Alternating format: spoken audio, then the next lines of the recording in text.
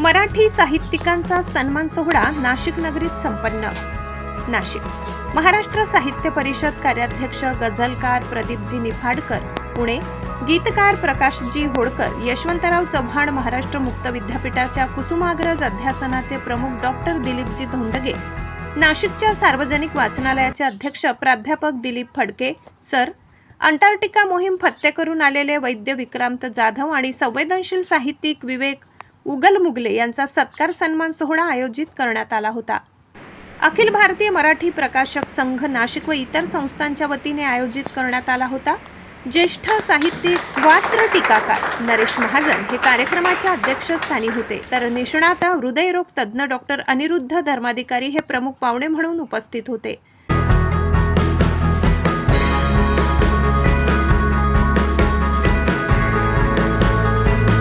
कार्यक्रमाचे प्रास्ताविक वैशाली प्रकाशनचे संपादक विलास पोद्दार यांनी केले, तर सूत्रसंचालन संजय आहेर यांनी केले। प्रसंगी विश्वास बँकेचे अध्यक्ष विश्वास ठाकूर, सुभाष सबनीस, वसंतराव खैरनार, सुरेश पवार, मुक्तेश्वर मुनशेट्टीवार, नरेंद्र पाटील, जीपी खैरनार, कवी रामचंद्र शिंदे, प्रशांत कापसेसर, सचिन मालेगावकर, लेखक सप्तर्षी माडी, राजू देसले, अशोक कुमावत, डॉक्टर म्हरसाडे, इंजिनियर कुलकर्णी, नितीन कोकणे, महाराष्ट्र माझा न्यूज चॅनलचे मुख्य संपादक जनार्दन गायकवाड यांच्यासह इतर साहित्यिक आणि पत्रकार बांधव उपस्थित होते। महाराष्ट्र माझा न्यूजमध्ये आपले स्वागत आहे। आपल्याबरोबर आहेत प्रदीप निफाडकर साहेब, जे महाराष्ट्र साहित्यिक परिषदेचे कोषाध्यक्ष आहेत। हा जो आज सत्कार होता तो नाशिककरांच्या प्रेमाची पावती होती।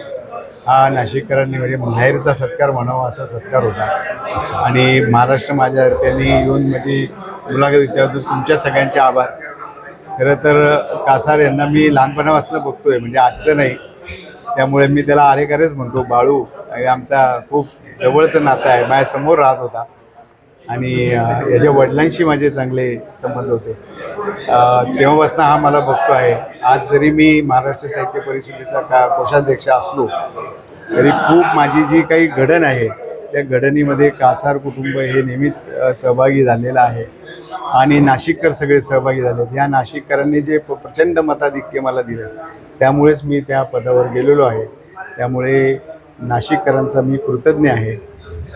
100वे जे येणारं साहित्य संमेलन आहे, या साहित्य संमेलनाच्या आपल्या माध्यमातून मी सगळ्यांना निमंत्रण देतो। आपण तर याच, पण आपण आणखीन लोकांपर्यंत सांगू की हे जे महाराष्ट्राचं संमेलन होणार आहे मराठीचं, असं देशातल्या कोणत्याही भाषेचं संमेलन झालेलं नाही। 100 संमेलन कधीच झालेलं नाही। हे एकमेव भाषा आहे मराठी आपली। त्यामुळे आपल्या सगळ्यांना मी विनंती करतो की आपण सगळेजण माझे पाहुणे म्हणून आपण सगळेजण संमेलनाला या।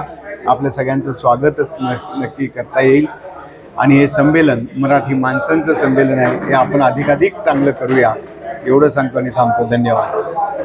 तर महाराष्ट्र माझा न्यूज कडून आपलं खूप खूप अभिनंदन सर। धन्यवाद। महाराष्ट्र माझा न्यूजसाठी नवीन कासार, नाशिक।